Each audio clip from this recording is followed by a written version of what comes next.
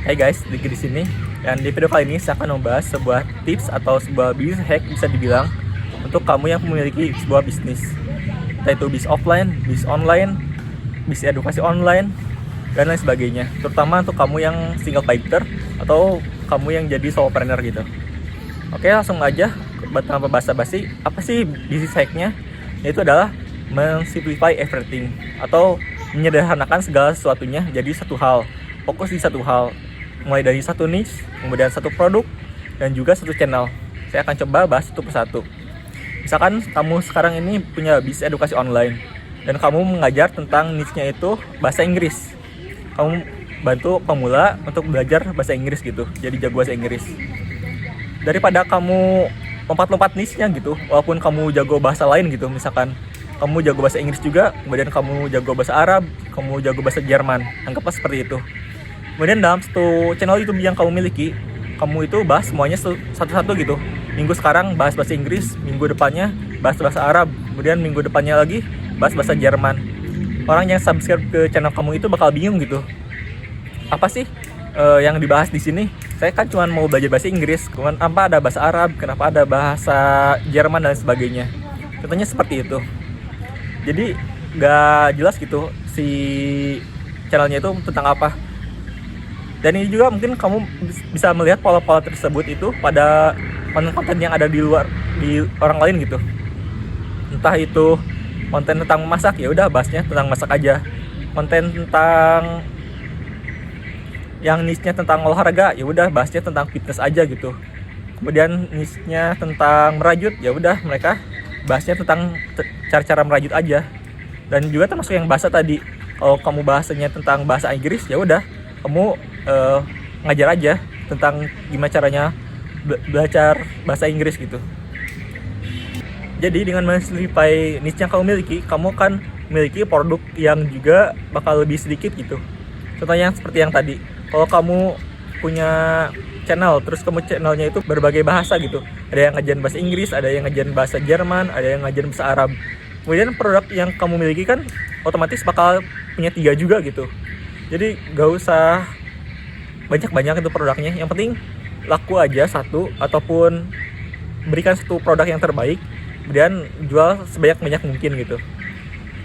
Contohnya lain di dunia offline juga sama, seperti tukang bubur.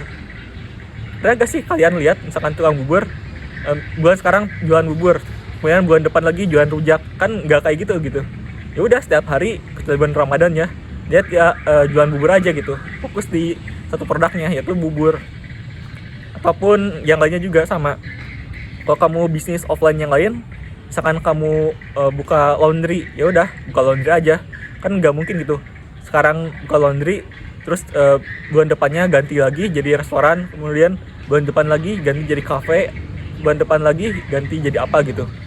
Itu kayaknya nggak terlalu masuk akal gitu. Jadi sama di bisnis online juga, atau di bisnis edukasi online, terutama untuk kamu yang solopreneur dengan punya niche yang spesifik dan fokus di satu niche itu aja, kamu bisa mendominasi market dan juga bisa melakukan hal-hal yang terbaik bagi niche kamu gitu. Kalau niche yang kamu miliki itu fokus di belajar caranya bahasa Inggris, ya udah fokus aja di situ gitu. Lakukan hal yang terbaik di sana. Dan ini juga akan men-simplify yang bagian keduanya, yaitu adalah produknya. Kalau kamu seperti yang tadi, kamu jago 3 bahasa, bahasa Arab, bahasa Jerman, dan juga bahasa Inggris, kamu tentu aja bakalan punya 3 produk juga gitu. Produknya, yang ini kursus bahasa Inggris, yang ini kursus bahasa Arab, kemudian yang ini kursus bahasa Jerman. Jadi banyak itu produknya. Kamu harus buat produknya lebih banyak, kemudian waktu yang kamu keluarkan juga lebih banyak, itu 3 kali lebih banyak, dan sebagainya. Jadi dengan kamu men-simplify segala sesuatunya menjadi satu hal aja, mulai dari satu niche, kemudian satu produk, kamu akan membuat customer itu lebih nyaman gitu. Jadi kalau kamu mau belajar bahasa Inggris, yaudah channel ini.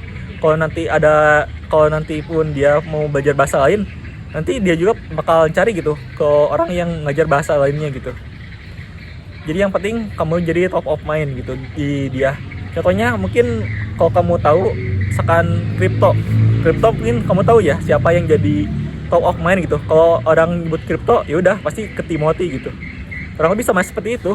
Jadi ketika ada satu segmen atau satu niche, mau itu kripto, mau itu bahasa Inggris, mau itu burger misalkan, kalau bis offline-nya pasti tertuju pada satu orang gitu atau satu brand. Nah kurang lebih seperti itu. Kemudian selain dari produknya itu, dengan mensimplify produk, kamu akan jadi lebih mudah lagi. Oke, poin selanjutnya yang ketiga yaitu adalah memiliki satu channel penjualan. Kalau kamu jadi seorang solopreneur, bisa dibilang kamu itu terbatas dari waktu gitu, karena gak ada orang yang sekarang itu bisa membantu kamu. Dengan memiliki satu channel penjualan, kamu itu mensimplify segala sesuatunya gitu. Misalkan saya sekarang ini membuat konten di YouTube, ya udah fokus aja di YouTube. Dan juga YouTube-nya itu gak YouTube short gitu, YouTube panjang. Ya udah kalau saya mau bikin YouTube long form video, ya udah saya fokus di long form aja. Mungkin kalau kamu sukanya di short gitu, bisa juga kamu bikin konten di YouTube short. Ataupun kalau kamu misalkan pindah platform juga, kalau pengen pakai Instagram aja, ya udah fokus aja di Instagram gitu. Gak usah lihat kiri kanan gitu. Bisa dibilang channel penjualan itu sama gitu, seperti yang lainnya gitu. Memang terlihatnya menggibarkan gitu. Ada orang yang jadi YouTuber misalkan dapat penghasilannya banyak, kamu juga pengen juga. Kemudian lihat, oh di Instagram banyak nih yang jualan produk digital. Ya udah kamu jualan di Instagram juga. Sebenarnya gak ada sama sekali gitu channel penjualan yang benar-benar bagus. Bisa dibilang semuanya memiliki kelebihan dan kekurangannya masing-masing, tergantung minat yang kamu miliki ada di mana, kemudian customernya di mana.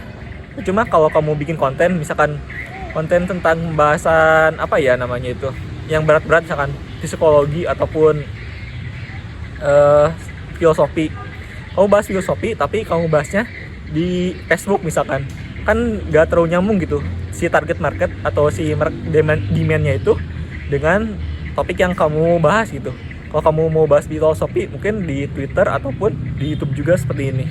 Jadi channel penjualnya juga sama, disesuaikan juga, mulai dari niche-nya, kemudian produknya apa, kemudian kamu harus tahu di mana harus menjualnya, apakah di Facebook, apakah di YouTube ataupun di Instagram. Dengan mensimplify semuanya, mulai dari niche-nya, kemudian produk yang kamu jual, dan terakhir channel penjualnya di mana, kamu bisa memiliki fokus yang lebih, dan juga kamu akan memiliki growth yang lebih tinggi dalam jangka waktu ke depannya. Oke, sekian untuk video kali ini.